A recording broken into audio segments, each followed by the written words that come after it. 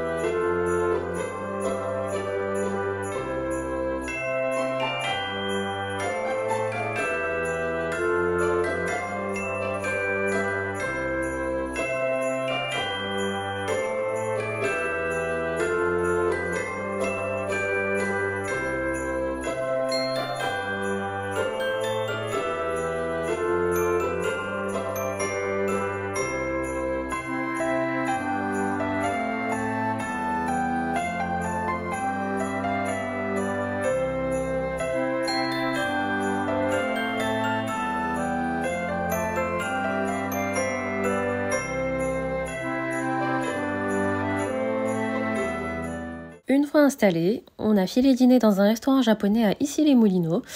Franchement, l'ambiance était zen et la nourriture délicieuse. On a commencé par une salade de choux avec une soupe miso, puis on a enchaîné avec des plats à base de riz, de saumon et de crevettes. Un vrai régal, simple mais efficace comme on aime.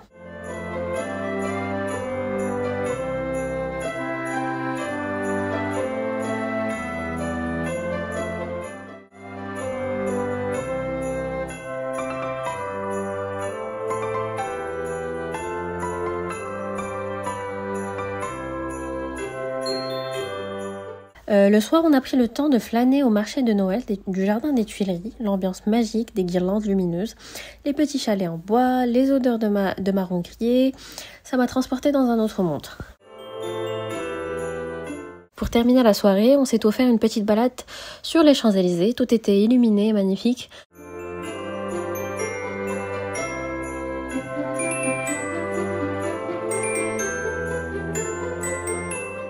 Impossible de passer à côté de la durée. Du coup, on est rentré pour prendre quelques macarons iconiques et un millefeuille noisette. Et petite parenthèse sur la durée, vous vous demandez peut-être pourquoi la durée est si iconique. La maison a vu le jour en 1862, fondée par Louis-Ernest Ladurée, mais c'est en 1930 que tout change lorsqu'ils inventent le macaron double coque. 2 coques avec une ganache au milieu, une innovation majeure. Depuis, les macarons Ladurée sont devenus des symboles de la gourmandise à la française, prisés par les gourmets du monde entier. De retour à l'hôtel, on a dégusté tout ça tranquillement en mode cocooning, un pur moment de bonheur. Le lendemain, après un bon petit déjeuner, direction Mind Oasis, qui se trouve au-dessus de Rituals sur les Champs-Élysées. Et où j'avais réservé un hydromassage pour seulement 20 €. La sensation d'être massé par des jets d'eau chaude sans se mouiller, c'est juste trop agréable. Mon corps a dit merci après ça. Ensuite, on s'est dirigé vers le Sephora, toujours sur les Champs-Élysées. Oui, c'est un passage obligé. Et du coup, là, j'ai découvert une marque qui s'appelle Neurae et qui suit la marque Sisley. Ce qui est génial, c'est que j'ai pu bénéficier d'un soin visage gratuit de 10 à 20 minutes. Et attendez la meilleure partie, Neurae utilise les neurosciences. Ils analysent les ondes de votre cerveau pendant le soin. Et apparemment, j'ai eu un plus 29% de joie après ce soin.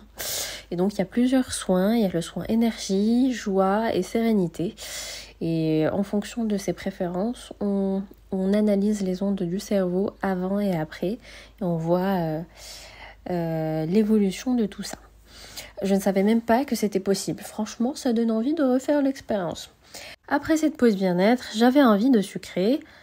Direction Pierre Hermé Pour la petite histoire, Pierre Hermé, surnommé le Picasso de la pâtisserie, a été formé chez Fauchon et l'a duré avant de créer sa propre maison.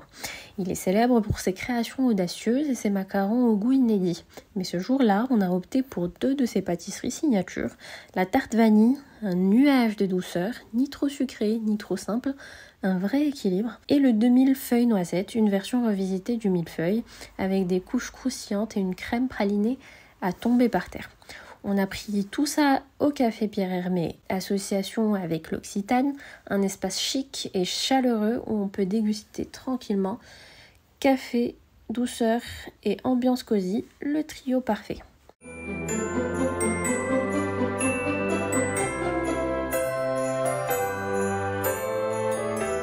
L'après-midi, j'avais réservé un créneau à l'Apple Store et là, j'ai eu la chance de tester le Vision Pro. C'est un casque de réalité mixte et je vous le dis, j'ai eu l'impression de vivre un épisode de Black Mirror ou d'être dans Inception.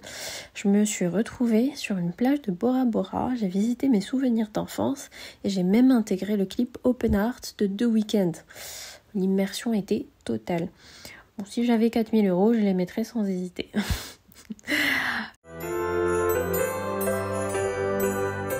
Le soir, on a terminé en beauté au Bay Steakhouse, un vrai régal. On a pris un burger à la viande hachée accompagné de sauce poivre et de champignons. Le goût était juste parfait. On a aussi pris un cunefé maison avec la fameuse glace Mado.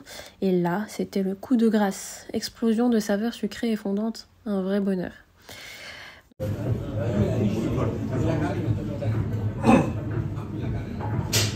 You've gotten into barbecuing in Australia? Not yet. I gotta get better at that. Oh, look at it floating right through that steak. That's delicious. It's amazing.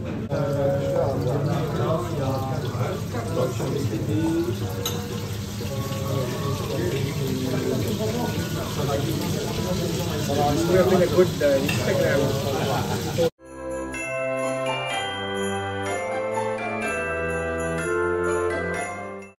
Et enfin, pour le 3e jour et le dernier, on a voulu s'imprégner de l'esprit de Noël. Alors, direction le marché de Noël de la Tour Eiffel. La vue sur la Tour Eiffel illuminée et les petits chalets en bois, c'est un pur moment de magie.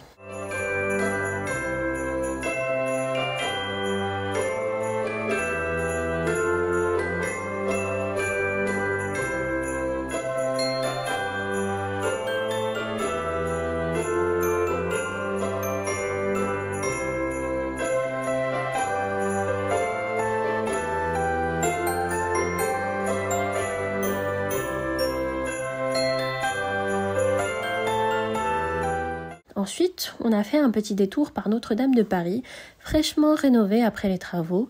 La voir enfin sans les échafaudages, c'est impressionnant. L'architecture gothique, les vitraux, les gargouilles, je me suis sentie transportée dans l'histoire. Pour finir ce séjour sur une note douce, on s'est offert une escale sucrée au Café de Flore à Saint-Germain-des-Prés. Ce café est légendaire pour ses clients célèbres et son ambiance parisienne chic. On a pris un bon petit thé et des pâtisseries. Et là, devinez quoi?